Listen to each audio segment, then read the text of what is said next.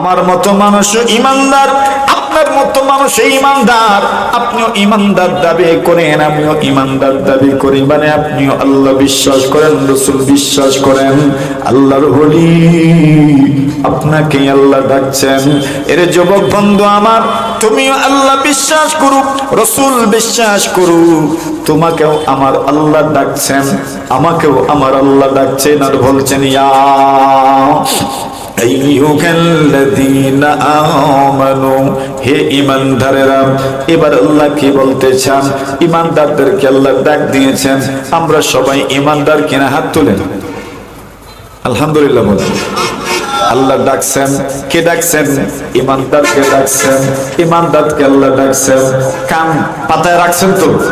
মাতুমরা বলেন, আরে কেউ থাকলে কান তো পাতায় রাখতে হয়। কি বলবেন উনি শোনা লাগে। আল্লাহ বলছেন, লা তাকুলুর রিবা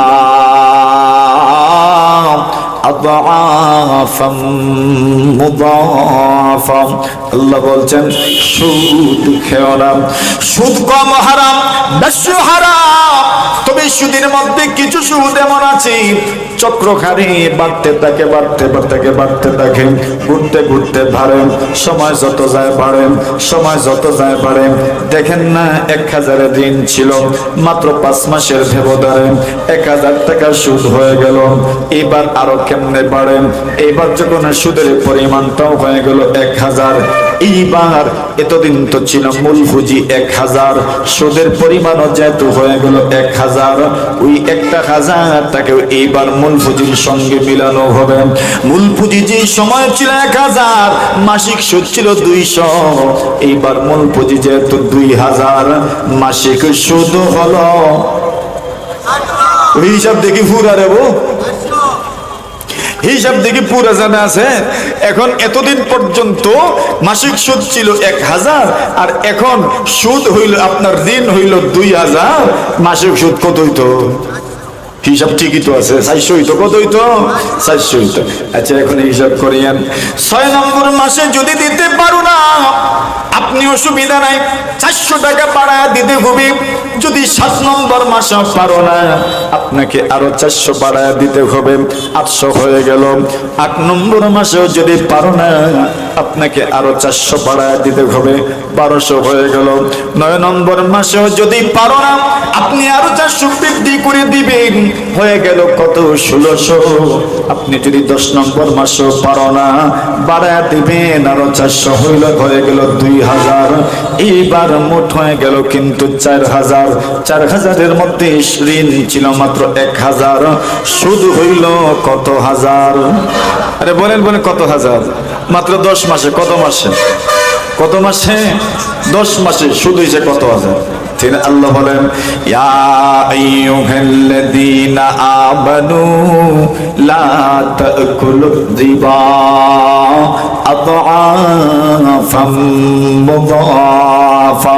আল্লাহ বলছেন, ঈমানদারেরা, সুদ খেও না, ডাবল ডাবল ডাবল। ঋণের চেয়ে ডাবল সুদ হয়ে যায়, 2 ডাবল হয়ে যায়, 3 ডাবল হয়ে যায়। দেখলেন তো, 1000-ই ছিল ঋণ, 10 মাসের ব্যবধানে সুদ হয়ে গেল 3000। ঋণের চেয়ে ডাবল কিনা বলে? ঋণের চাইতে ডাবল হয়ে গেল সুদ। এই কথাটা আমার আল্লাহর কথা সত্য না মিথ্যা? আরে জোরে বলেন, আল্লাহর কথা সত্য, এমন ভাবে সত্য প্রমাণিত হয়েছে। আচ্ছা, এটা আমরা চিনলাম সুদের একটা প্রকার। আমাদের সমাজে সুদের আরেকটা প্রকার আছে, ওই প্রকারটাও আপনাদেরকে বলে দেওয়ার দরকার। আল্লাহ রাসূল সাল্লাল্লাহু আলাইহি ওয়াসাল্লাম বলেন, আয-যাহাবু বিল-যাহাব ওয়াল-ফিদ্দাতু বিল-ফিদ্দা ওয়াশ-শাঈরু বিশ-শাঈর ওয়াল-হিনতাতু বিল-হিনতা ওয়াত-তামারু বিত-তামার ওয়াল-মিলহু বিল-মিল। রাসূলুল্লাহ সাল্লাল্লাহু আলাইহি ওয়াসাল্লাম বলেন, আয-যাহাবু বিল-যাহাব ওয়াল-ফিদ্দাতু বিল-ফিদ্দা, সোনার বিনিময়ে সোনা, রূপার বিনিময়ে রূপা, ওয়াশ-শাঈরু বিশ-শাঈর, ভুট্টার বিনিময়ে ভুট্টা, ওয়াত-তামারু বিত-তামার, খেজুরের বিনিময়ে খেজুর, ওয়াল-হিনতাতু বিল-হিনতা, গমের বিনিময়ে বিনিময়ে ঘম, ওয়াল মিলহু বিল মিল, লবণের বিনিময়ে লবণ। রাসূলুল্লাহ সাল্লাল্লাহু আলাইহি ওয়াসাল্লাম বলেন, এরে উম্মত শোনো, যদি এই জিনিসগুলো তোমরা আরেকটার বিনিময়ে বিক্রি করো, লেনদেন করো, সোনার বিনিময়ে সোনা যদি লেনদেন করো, বুঝা যাবে আপনাদেরকে দুনিয়াতে বেচা কেনার কতগুলো ধরন আছে। দুনিয়াতে বেচা কেনার কতগুলো ধরন আছে।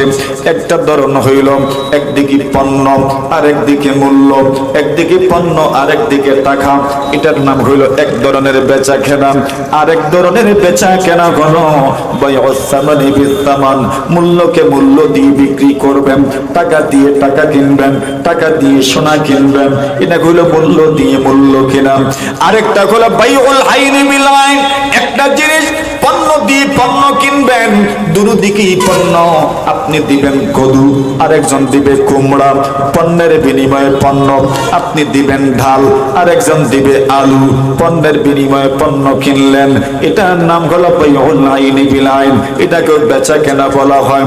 আসেন না, আপনি যদি দুনিয়াতে কেনা বেচা করেন, রাসূল বলছেন আল-যাহাবু বিল-যাহাব, সোনার বিনিময়ে যদি সোনা লেনদেন করেন, আল-ফিদ্দাতু বিল-ফিদ্দা, রূপার বিনিময়ে যদি রূপা লেনদেন করেন, আল্লাহর হাবিব বলেন ভুট্টা বুঝেননি, ভুট্টার বিনিময়ে যদি ভুট্টা লেনদেন করেন, আল্লাহ রাসূল বলেন খেজুরের বিনিময়ে যদি খেজুর লেনদেন করেন, আল্লাহ রাসূল বলেন গমের বিনিময়ে যদি গম লেনদেন করেন, দান মনে করে নেন, দানের বিনিময়ে যদি আপনি দান লেনদেন করেন, লবণের বিনিময়ে যদি লবণ লেনদেন করেন, আল্লাহ রাসূল বলেছেন মাসালাম বিমাসালিন, দুদিকে সমান সমান থাকতে হবে, দুদিকে সমান সমান থাকতে হবে, দুদিকে সমান সমান থাকতে হবে।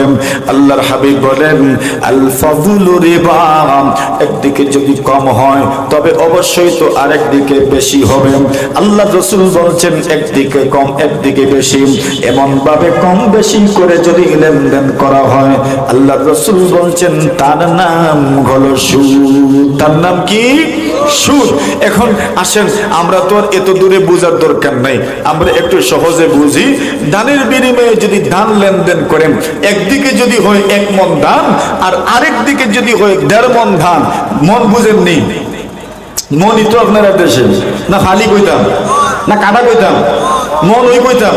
আল্লাহ রাসূলের কথা মতো যদি একদিকে 1 মণ হয় আরেক দিকে যদি 1.5 মণ হয়, তাহলে এর নাম সুদ। এর নাম কি? কথা বুঝে এসেছে? এই জাতের সিস্টেমও আমাদের সমাজে এক সময় ছিল কিনা? বাতন না যে এইরকম সিস্টেম এক সময় আমাদের সমাজে ছিল কিনা? এইরকম সিস্টেম তো এক সময় আমাদের সমাজেও ছিল, একদিকে কম একদিকে বেশি। আল্লাহ রাসূলের পরিভাষায় এর নাম হইল সুদ। যেহেতু পটিজুরি বাজার একটা উল্লেখযোগ্য বাজার এবং আমাদের বাহুবলের অত্যন্ত পুরাতন এক বাজার, সিলেটেরই একটা পুরাতন বাজার, এজন্য আমি আরো 2টা জিনিস দিয়ে আপনাদেরকে উদাহরণ দিই। হাদিস শরীফের মধ্যে যে শব্দগুলো এসেছে, এই শব্দ থেকে একটা শব্দ আমরা নেই।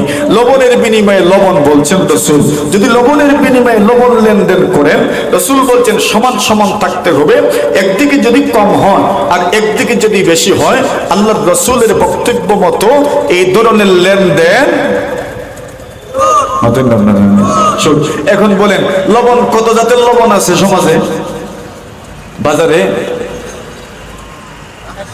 আরে অনেক। বলেন রে ভাই, নাম তো কো, নাম বলো অনেক। আবার কি? ফায়রা লবণ, মোল্লা লবণ, ফ্রেশ লবণ, তীর লবণ, একটার নাম সল্ট, এসিআই লবণ, আসেনি? সবচেয়ে দাম কোনটা বেশি? ফ্রেশ।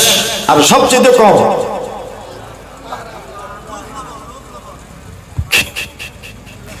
আচ্ছা যাক, একটা আছে তো। এখন কেউ বলছে ফায়রা, আর আরেকজন কি বলছে? লুজ গুজেগুলো আছে। আচ্ছা ওইটা দরকার নাই, আমরা লুজ রেখে দেন, ওইটা আলাদা। পায়রা ওইটা পকেট আছে তো। এখন দেখবেন কিছু ব্যবসায়ীরা অনেক আছে আমার ভাইরা, যাদের একজনের কাছে মনে করেন অনেকগুলো ফ্রেশ লবণ আছে, সব জাতের লবণ রাখতে হয় দোকানে, এক জাতের লবণ সবাই যে রাখবে এমন না, অনেকের অনেকটা চাহিদা থাকতে পারে, 1-2 টাকা বেশ কম থাকে, কোনোটা 5-6 টাকা বেশ কম থাকে, কোনোটা 10 টাকা পর্যন্ত বেশ কম থাকে। এখন মনে করেন একজনের কাছে আছে আপনার মোটামুটি ফ্রেশ লবণ, আরেকজনের কাছে আছে পায়রা লবণ। এখন ফ্রেশ লবণওয়ালার পায়রা লবণ দরকার, আর পায়রা লবণওয়ালার ফ্রেশ লবণ দরকার। এই দুইজন যদি ফ্রেশ লবণের বিনিময়ে পায়রা লবণ লেনদেন করে, পায়রা লবণের বিনিময়ে যদি ফ্রেশ লবণ লেনদেন করে, তাহলে কি এরা সমান সমান দিব? কেন? দাম ভিন্ন, একটা দাম বেশি আরেকটা দাম কম। কিন্তু নবীজি কিন্তু বলছেন আল মিলহু বিল মিল, লবণের বিনিময়ে যদি লবণ লেনদেন করো সমান সমান থাকতে হবে। একদিকে যদি কম হয় একদিকে যদি বেশি হয়, নবীর ভাষায় এর নাম সুদ। আপনি ফ্রেশ লবণ কম দিবেন আর পায়রা লবণ বেশি দিবেন, এর নাম সুদ। এর নাম কি বুঝছেন নিকটে না? এখন এর নাম হইল সুদ। এখন মনে মনে প্রশ্ন থাকবে, তোমরা লেনদেন করতাম কেমনে? আমার তো বলে অসুবিধা নেই, আপনি টাকা দিয়ে দেন, সেও টাকা দিয়ে দিবে, অসুবিধা কি এখানে? এখানে তো কোনো সমস্যা নেই, আপনি টাকার বিনিময়ে কিনবে আর সে টাকার বিনিময়ে নিবে, এটা যেটা আছে এটাই থাকবে। নতুবা লবণের বিনিময়ে যদি লবণ লেনদেন করেন সমান সমান থাকতে হবে, যদি থাকে না নবীর ভাষায় তার নাম সুদ। কথা বলে ঠিক খেলা। যেমন মনে করে এটা আমরা ধানের ক্ষেত্রেও বলতে পারি, সব ধান কি সমান? না তো না, যে সবচেয়ে দামি ধানের নাম চিনির গুঁড়া, পাইজন, আর কি 29 তো দাম না, 48, 49, 56 আরো যা আছে মনে করেন, একটা কথার কথা আর কি। এখন যদি একজন যদি চিনির গুঁড়া ধানের বিনিময়ে যদি আপনার 29 লেনদেন করে, তো চিনির গুঁড়া যতটা দিব 29 এতটাই দিব না? বেশ কম হইব? বেশ কম হইলে বলেন, বেশ কম হলে সুদ। এর মানে হচ্ছে বেশ কম করতে পারবেন না। ধানের বিনিময়ে যদি ধান লেনদেন করেন তো সমান সমান থাকতে হবে, বেশ কম হতে পারবে না। বেশ কম হইলেই তার নাম সুদ। তবে বাঁচবেন কেমনে? এই সমস্যাটা নবীর যুগেও ছিল। আল্লাহ রাসূল সাল্লাল্লাহু আলাইহি ওয়াসাল্লামের সাহাবায়ে কেরাম যারা খেজুর খাইতেন এবং খেজুর যারা বিক্রি করতেন নবীর যুগে, সাহাবায়ে কেরাম অনেকের খেজুর অনেক ধরনের খেজুর ছিল। কিছু খেজুর যারা জানেন তারা তো জানেনই, কিছু খেজুর মাশাআল্লাহ খুব উন্নত মানের, কিছু খেজুর আছে মিডিয়াম, কিছু খেজুর আছে একদম লো কোয়ালিটির, বিভিন্ন কোয়ালিটির খেজুর আছে। এখন আল্লাহ রাসূলের কিছু গরিব সাহাবায়ে কেরাম, এদের কাছে উন্নত মানের খেজুর নাই, বাস লো কোয়ালিটির খেজুর ওনাদের কাছে ছিল। ওনারা আল্লাহ রাসূল সাল্লাল্লাহু আলাইহি ওয়াসাল্লামকে বললেন, ইয়া রাসূলুল্লাহ, আমাদের তো উন্নত মানের খেজুর খাইবার মনে চায়, কিন্তু আমাদের কাছে যে খেজুর আছে টাকা পয়সা তো আমাদের কাছে নাই যে আমরা উন্নত মানের খেজুর কিনে খাবো। বাস আমরা খেজুরের বিনিময়েই খেজুর কিনি, মানে খেজুর দেই আর খেজুর নেই, দুটো দিকেই খেজুর। একটা হচ্ছে দুটো দিকেই পণ্য, যে কোনো একটাকে আপনি মূল্য মনে করে নেন, বাস এটাই নামে মূল্য। কিন্তু আমরা যেই পরিমাণ খেজুর দেই নিম্নমানের, এরা তো উন্নত মানের এই পরিমাণ খেজুর আমাদেরকে দেয় না। না দেওয়ার কারণে একদিকে বেশি হয়ে যায় আর একদিকে কম হয়ে যায়। আর আপনি তো বলেছেন মাসালাম বিমাসালিন সাওয়াআন বিসাওয়াইন ইয়াদাম বিয়াদিন ওয়াল ফাদলু রিবা, আপনি বলেছেন সমান সমান থাকতে হবে, সমান সমান থাকতে হবে, সমান সমান থাকতে হবে। একদিকে যদি কম হয় একদিকে যদি বেশি হয় তবে এটা সুদ হয়ে যাবে। ওগো আল্লাহর হাবিব, এখন আমাদের কাছে তো টাকা পয়সা নাই, খেজুর দিয়েই তো আমরা খেজুর কিনি, কম দিলে এরা বেশি দিলে এরা মোটামুটি একটা পরিমাণ খেজুর আমাদেরকে দেয়, কিন্তু কম বেশ তো হয়ে গেল, সুদ তো হয়ে গেল। এখন বাঁচতাম কেমনে? নাকি ভালো খেজুরের আশা নিয়ে কবরে যেতাম? নবী আলাইহিস সালাতু ওয়াস সালাম জবাব দিলেন, সাহাবীরা আবার এক কাজ করো, তোমাদের কাছে মজুদ যে খেজুরগুলো আছে, যে কোয়ালিটির হোক, যে মানেরই হোক, ওই খেজুরগুলো তোমরা প্রথমে টাকা পয়সার বিনিময়ে বিক্রি করে দাও। বিআল জামবা বিদ্দারাহিম, তোমরা টাকা পয়সার বিনিময়ে বিক্রি করে দাও। এরপরে তোমরা ওই টাকা দিয়া উন্নত মানের খেজুর যতটুকুই মিলে তোমরা কিনে নিবা। উন্নত মানের খেজুর খাওয়াও হবে, সুদ থেকেও বাঁচাও হবে। আপনার কাছে চিনির গুঁড়া চাউল নাই, কিন্তু আপনার ঘরে মেহমান এসেছেন, আপনার ঘরে টাকাও নাই, কিন্তু আপনি চিনির গুঁড়া চাউল কিনবেন। আপনার ঘরে অন্যান্য চাউল আছে, ওই চাউলের বিনিময়ে সমান চাউল আপনি পাবেন না। সমান যদি পান না, তবে তো তার নাম হয়ে যাবে সুদ। এই জন্য বলেছেন, সুদ থেকে বাঁচতে গিয়ে সরাসরি এই চাউলের বিনিময়ে চিনির গুঁড়া চাউলের লেনদেন না করে প্রথমে নিজের কাছে মজুদ চাউলগুলো তুমি বিক্রি করে দিবা, এরপরে ওই টাকা দিয়ে চিনির গুঁড়া চাউল কিনবেন। আপনার সুদ হবে না, এবং উন্নত মানের চাউলের বিরিয়ানি আপনার খাওয়া হয়ে যাবে। সুবহানাল্লাহ বলেন। এটা হইল দ্বিতীয় প্রকারের সুদ, যেটা আমাদের সমাজে চলমান। 3 নম্বর আরেক জাতের সুদ আমাদের সমাজে আছে, এটা হইল কর্জের সুদ। কর্জ বলতে এটা কি জাত কর্জ? আমাদের সমাজে একদল মানুষ আছে যারা অনেক সময় বিপদগ্রস্ত হয়। আরে ভাই, সমাজে কে কোন সময় বিপদগ্রস্ত হয় কেউ বলতে পারে না। অনেকের পকেট ভর্তি টাকা থাকে, কিন্তু তার প্রজেক্ট বড় হওয়ার কারণে, আল্লাহর বান্দা, তার প্রজেক্ট বড় হওয়ার কারণে সে অনেকের কাছে ধার আপনার আনতে হয়, হাত পাততে হয়।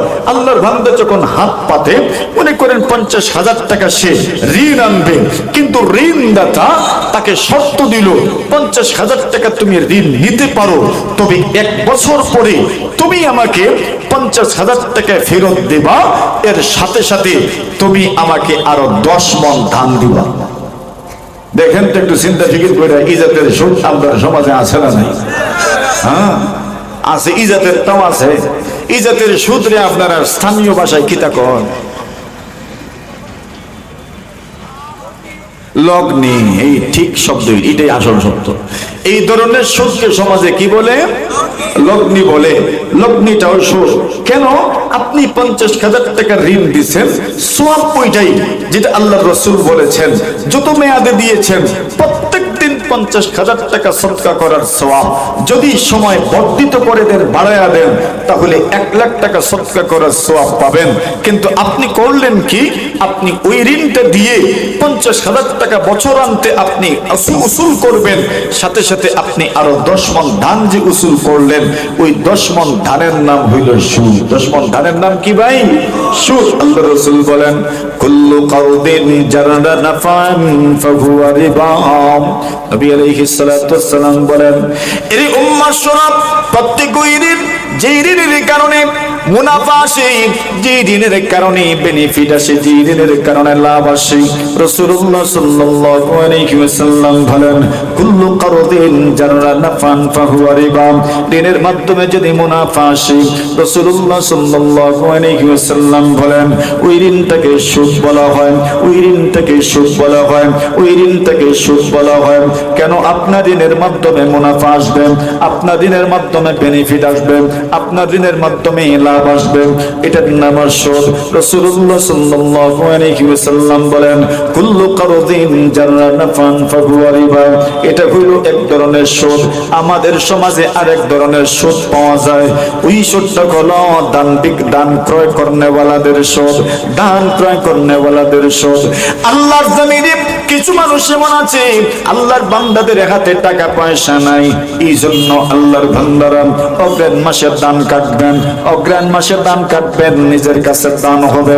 এই জন্য ভাদ্র মাসে, আশ্বিন মাসে দান যারা কিনেন, দান ব্যবসায়ী যারা, তাদের কাছ থেকে দানের টাকা আনেন, দানের টাকা আনেন। 1 মণ দানের টাকা মনে করেন 1000 টাকা আনলেন, শর্ত দিলেন, আমি পৌষ মাসে আপনাকে দান দিব, অথবা অগ্রায়ণ মাসের 20 তারিখে আমি আপনাকে দান দিব, অথবা আমি অগ্রায়ণ মাসের 15 তারিখ আপনাকে দান দিব, আমি আপনাকে অগ্রায়ণ মাসের 25 তারিখ দান দিব। যে কোনো শর্তের সাথে উনি টাকা আনলেন, 1000 টাকা মন ধরে, অথবা 800 টাকা মন ধরে দানের টাকা আপনি আনলেন, আপনি অগ্রায়ণ মাসে দান দিবেন।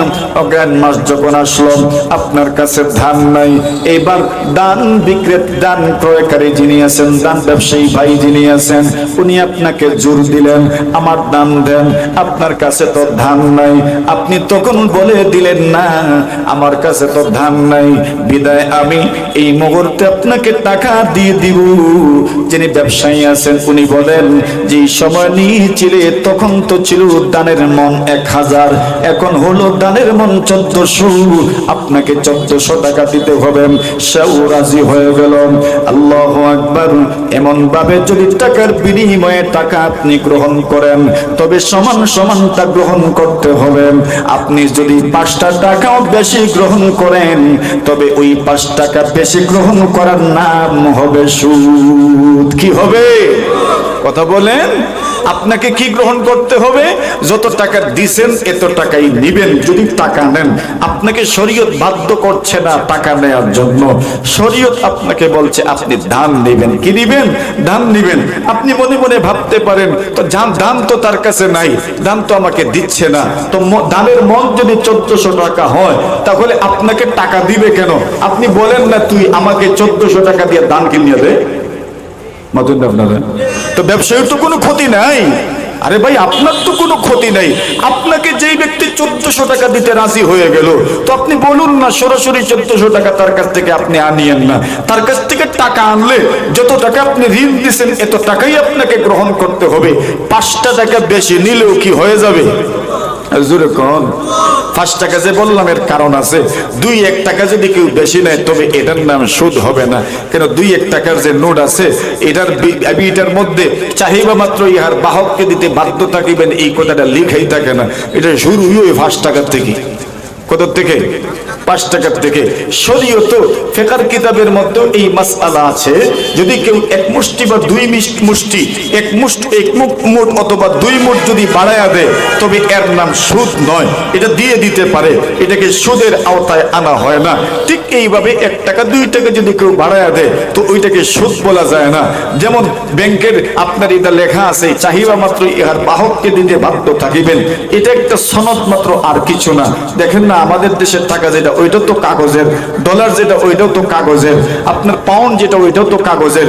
এটা ফাইন্যান্সিয়াল যে আপনার মাসআলা মাসাইল গুলো আছে ওই মাসআলা মাসাইল গুলো বিবৃত আছে যে এগুলো সনদের মতো, একটা চেক বুকের মতো, যে এখানে লেখা থাকে চাহিবা মাত্র ইহার বাহককে দিতে বাধ্য থাকিবেন। ওইটা আসলে কোনো টাকা না, ওইটা আসলে কোনো মূল্য না। মূল্য হইল এই দেশের মজুদ স্বর্ণ রূপ, এটাকে অনুহারে আপনার আনুপাতিক হারে দেশের জনগণের মধ্যে বন্টন করলে যেই পরিমাণ হয় এই দেশের মুদ্রার মূল্য, কারেন্সির মূল্য এই পরিমাণ হয়। নতুবা আমাদের দেশেরটাও কাগজ, ওই দেশেরটাও কাগজ, কাগজের মধ্যে আবার দামে পার্থক্য হবে কেন? পার্থক্য হয় কারণ হইল সোনা আর রূপা। সুবহানাল্লাহ জুড়ে বলেন। আচ্ছা আমরা ওইদিকে আর যাই না। তাহলে এখানে আমাদের বোঝার মতো ব্যাপার হইল যদি আল্লাহর বান্দা টাকা নেন তো কত নেবেন? 1000 নেবেন। আর যদি উনি টাকা নেন না তাহলে ধান নেন, তো ধান উনি যদি 1 মণ ধান 5000 টাকাও বিক্রি করেন শরীয়ত কোনো আপত্তি তুলবে না। তুমি তো ধান এনেছো 5000 টাকা মণ বিক্রি করো, কোনো আপত্তি নাই। সুবহানাল্লাহ জুড়ে বলেন। বলে হুজুর আমি যদি তার কাছ থেকে টাকা না আনি তাহলে সে আমাকে ধান দিবে না। বলে ধান তাকে দিতে হবে। কেন দিতে হবে? বলে যেই পরিমাণ টাকা সে দিচ্ছে আপনাকে ওই টাকাটা বলুন না, সে যেন ওই টাকার ধান আপনাকে কিনে দেয়। তো ধান কিনে দিলে 1400 টাকা মণ ধান চলছে, ধান 1 মণ কিনে দেখ না, অসুবিধা কি? আপনার দান গ্রহণ করা হইল, আপনার লাভ হইল, আপনি মদ দোকান থেকে সুদ থেকে বেঁচে গেলেন। সুবহানাল্লাহ। তাহলে এই পর্যন্ত হইল আমরা সুদ সম্পর্কে প্রচলিত কয়েকটা ধারণা যেটা আমাদের সমাজে প্রচলিত এর সম্পর্কে জানলাম। আসেন এইবার সুদের অপকারিতাটা কি পরিমাণ ওই বিষয়গুলো সম্পর্কে কিঞ্চিত ধারণা আমাদের সবার থাকার দরকার। আল্লাহ বলেন ইয়ামহাকুল্লাহুর রিবা ওয়া ইউরবিস সাদাকাত। আল্লাহ বলেন সুদের মাধ্যমে টাকা পয়সা কমে, সুদের মাধ্যমে সম্পদ কমে, সুদের মাধ্যমে টাকা পয়সা বাড়ে না, সুদের মাধ্যমে সম্পদ বাড়ে না। সদকার মাধ্যমে সম্পদ বাড়ে, সদকার মাধ্যমে সম্পদ বাড়ে। আল্লাহ রাসূল সাল্লাল্লাহু আলাইহি ওয়াসাল্লাম বলেন দুনিয়ার কোন মানুষ যদি আল্লাহর রাস্তায় সদকা করে, মিন তাইয়িবিন পবিত্র জিনিস যদি আল্লাহর রাস্তায় সদকা করে, দুনিয়ার যে কোনো একজন মানুষ কোন পবিত্র জিনিস আল্লাহর রাস্তায় সদকা করলো, দান আল্লাহর রাস্তায় দিল, গরিবকে দিল, মাদ্রাসায় দিল, মসজিদে দিল, আল্লাহর রাস্তায় দান দিল, একদম পিওরটা দিল, ভালো দানটা দিল। আল্লাহ রাসূল সাল্লাল্লাহু আলাইহি ওয়াসাল্লাম বলেন, ইল্লা আখাযাকার রহমানু বিয়ামিনিহি। এর উম্মত শোনো, তুমি যদি কোনো পবিত্র জিনিস আল্লাহর রাস্তায় সদকা করো, আল্লাহ রাসূল সাল্লাল্লাহু আলাইহি ওয়াসাল্লাম বলেন, তোমার সদকা আল্লাহ পাক তার ডান হাত দ্বারা গ্রহণ করেন, আল্লাহ পাক তার ডান হাত দ্বারা কবুল করেন।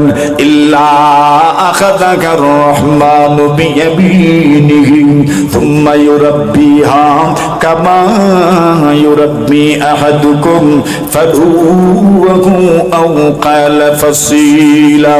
আল্লাহর হাবিব বলেন, উম্মত তুমি যদি কোনো কিছু সদকা করো, ওয়া ইন কানাত তামরাতান, এমনকি একটা খুরমাও যদি আল্লাহর রাস্তায় সদকা করো, খুরমাটা যদি উন্নত মানের হয়, একদম ভালো মানের হয়, খাবার উপযোগী হয়, তুমি যা খাও তাই যদি সদকা করো, আল্লাহ রাসূল সাল্লাল্লাহু আলাইহি ওয়াসাল্লাম বলেন, লা তারবু ফি কাফির রহমান। আল্লাহ তাআলার হাতের তালুতে, আল্লাহ তাআলার হাতের তালুতে ওই সদকাটা লালন পালন করা হয়, বাড়তে থাকে। জোরে জোরে বলেন সুবহানাল্লাহ। আল্লাহ রাসূল উদাহরণ দিয়েছেন, কামা ইউরাব্বি আহাদুকুম ফালুহু আও ক্বালা ফাসিলা। আল্লাহর নবী বলেন, উম্মত তোমাদের কেউ যদি এই পৃথিবীর মধ্যে তার গরুর বাচ্চা, তার ছাগলের বাচ্চা, তার উটের বাচ্চা, তার মহিষের বাচ্চা ছোট জন্মগ্রহণ করে আস্তে আস্তে লালন পালন করে বাড়াইতে থাকে, বড় করতে থাকে, বড় করতে থাকে, শেষ পর্যন্ত এত বড় হয়, এত বড় হয়, তুমি যদি আল্লাহর রাস্তায় একটা খুরমাও সদকা করো, ওই সদকা বাড়তে বাড়তে বাড়তে বাড়তে আল্লাহ তাআলার এখানে উহুদ পর্বতের মতো হয়ে যায়। সুবহানাল্লাহ। এই জন্য আল্লাহ বলেন, ইয়ামহাকুল্লাহু রিবা ওয়া ইউরবিস সাদাকাত। আল্লাহ পরমার্দিগারে আলম বলেন, আল্লাহ পাক সদকাকে বাড়া দেন, সদকা বাড়তেই থাকে, বাড়তেই থাকে। ওয়া ইয়ামহাকুল্লাহু রিবা, আর সুদ কমতে থাকে, কমতে থাকে, কমতে থাকে। অনেকের মনে প্রশ্ন জাগবে, হুজুর আমরা তো দেখি সুদের মাধ্যমে বাড়তেই থাকে, বাড়তেই থাকে, কিন্তু রাসূল বলেন, এর উম্মত তুমি দেখবা সুদ বাড়তে থাকে, বাড়তে থাকে। ফা ইন্না আকিবাতাহু তাসিরু ইলা কুল্লিন। আল্লাহ রাসূল বলেন, তুমি যদিও দেখো সুদ বাড়তে আছে, কিন্তু বাড়তে বাড়তে বাড়তে বাড়তে যে পর্যায়ে যায়, ফা ইন্না আকিবাতাহু তাসিরু ইলা কুল্লিন। নবীজি সাল্লাল্লাহু আলাইহি ওয়াসাল্লাম বলেন, সুদের শেষ পরিণতিটা হইল কমতে থাকে, কমতে থাকে। কেমনে কমে কেউ জানে না। একটা সহজ পদ্ধতি বলি দিই, এই পৃথিবীর মধ্যে যারা সুদ করছিল, এদের খানদানে কোনো না কোনো একটা দিন অভাব অনটন দেখা দেয়, ঠিক কিনা? কেন অভাব দেখে দেব? এর কারণগুলো, সুদখোর যারা হন এদের চোখে রক্ত থাকে না। মানুষ বলে এদের চোখে রক্ত থাকে না, গোলতনিরটাও তো চুষেন, গরিবের রক্ত এরা চুষেন। এদের অন্তরে কোনো রহম নাই, এদের অন্তরে কোনো ধরনের দয়া মায়া নাই। আল্লাহ পরমার্দিগারে আলম নবীজি সাল্লাল্লাহু আলাইহি ওয়াসাল্লামকে জানায়া দিলেন, আয-যুলমু যুলুমাতুন ইয়াওমাল কিয়ামাহ। এর উম্মাত শোনো, এই পৃথিবীর মধ্যে কেউ যদি জালিম হয়ে যায়, কেউ যদি জুলুম করে, কেউ যদি অত্যাচারী হয়ে যায়, আল্লাহ রাসূল বলেন তার জুলুম কিয়ামতের কঠিন ময়দানে এক ধরনের অন্ধকার নয়, শত শত অন্ধকার হয়ে তার সামনে আসবে। কি পরিমাণ অন্ধকার! আল্লাহ রাসূল সাল্লাল্লাহু আলাইহি ওয়াসাল্লাম বলেন, এই পৃথিবীর মধ্যে যারা সুদ নেই, যারা গরিবের রক্ত চুষে, ওই গরিবের রক্ত চুষতে চুষতে চুষতে চুষতে গরিবরা যখন শেষ পর্যন্ত একদম দেয়ালে যখন পিঠ থেকে যায়, তখন গরিবদের মুখ থেকে বুক ফেটে শব্দ বের হয়। আল্লাহ রাসূল সাল্লাল্লাহু আলাইহি ওয়াসাল্লাম বলেন, ইত্তাকি দাওয়াতাল মাজলুম ফাইন্নাহু লাইসা বাইনাহু ওয়া বাইনাল্লাহি হিজাব। আল্লাহ রাসূল বলেন, তুমি মাজলুমের বদদুয়া থেকে বেঁচে থাকো। কেন জেনে রাখো, মাজলুমের বদদুয়া এবং আল্লাহ তাআলার মধ্যখানে যেন কোনো পর্দাই থাকে না। মানে মাজলুমের বদদুয়া এত দ্রুত কবুল হয়ে যায়, এটা আপনার শুকরের দুনিয়াবি ক্ষতির একটা ক্ষতি।